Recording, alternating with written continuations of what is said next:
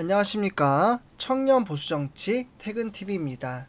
오늘도 자유민주주의를 수호하며 보수의 미래, 우리나라가 올바른 길을 가고 있는지 저는 청년 입장에서 상당히 크나큰 관심을 가지고 살펴봐야 한다는 생각에 이렇게 유튜브를 시작하게 되었습니다. 그래서 정치평론가로서 오늘은 어떠한 뉴스 소식이 나왔으며 그 신문 기사를 분석해 드리도록 하겠습니다. 그래서 오늘 처음 전해드릴 소식을 연계되어서 스토리 형식으로 말씀을 드리려고 하는데요.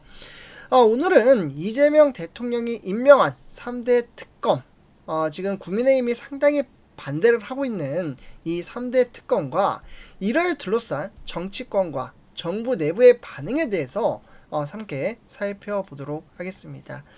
일단 이재명 대통령이 최근 지명한 3명의 특검 인사를 보면 이렇게 지금 사진을 보시면 아시는 분들도 계실 거고 잘 모르시는 분들도 계실 텐데, 일단 내란음모 특검, 그리고 김건희 여사 특검, 최상명 사건 특검의 토대로 이재명 대통령이 이 3명을 일단은 지목을 했습니다. 그러나 제가 말씀을 드리고 싶은 부분은 이 3명 모두 다 정치적 중립성에 대해서 상당히 의문이 제기되는 인물이라고 저는 말씀을 드리고 싶습니다. 이는 더불어민주당과 조국혁신당에 추천했고 이재명 대통령이 그대로 임명을 한 상태인데, 이 3명이 이제 임명이 되자마자 국민의힘에 공식 논평을 냈습니다. 서지영 원내 대변인은 이렇게 이야기를 했습니다. 정치적 편향 논란이 있는 인사들을 특검으로 임명해 놓고 공정한 수사 운운하더니 후한무치의 극치다, 이렇게 비판을 했고요. 이번 특검이 헌법적 대원칙인 명확성에 어긋나고 인지사건까지 포함시켜서 무한정 수사를 예고하고 있다라는 점입니다. 어떻게 보면 정치 보복에 가세하고 있다라고 그러한 이야기가 나오고 있는 만큼 야당과 상대 진영 전체를 괴멸시키겠다라는 어떻게 보면 정치 보복용 대형 특검이라고 국민의힘은 강하게 비판하고 있다라고 말씀을 드릴 수가 있겠습니다.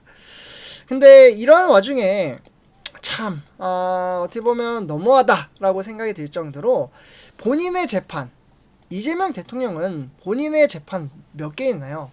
5개가 있죠. 그리고 12건의 혐의에 대해선 정적 제거용 정치 수사라고 말해 왔습니다. 그런데 이제는 정작 야당을 겨냥한 특검을 강행하는 모습입니다. 이러한 모순적인 태도를 두고 국민의힘은 이렇게 지적합니다. 피비린내 나는 사정 정국을 만들어도 대통령 본인의 범죄 혐의는 덮이지 않는다. 이재명 대통령은 재판을 회피하지 말고 대통령 무자격 논란에서 스스로 벗어나야 한다. 이렇게 이야기를 하고 있습니다. 정리하자면 이번 특검 임명은 편향 논란, 그리고 무제한 수사 범위, 정치적 목적성, 이 3가지를 모두 충족시키며 정치 보복이라는 비판에서 자유롭기 어렵다라고 생각을 합니다. 더욱 놀라운 건 이런 특검을 두고 정부 내부에서는 공개 반발이 나왔다라는 사실입니다. 6월 10일이었죠. 이재명 대통령은 이러한 주제로 열린 국무회의에서 바로 이진숙 방송통신위원장이 이렇게 말을 했습니다. 이 특검은 정치 보복으로 비칠 수 있다.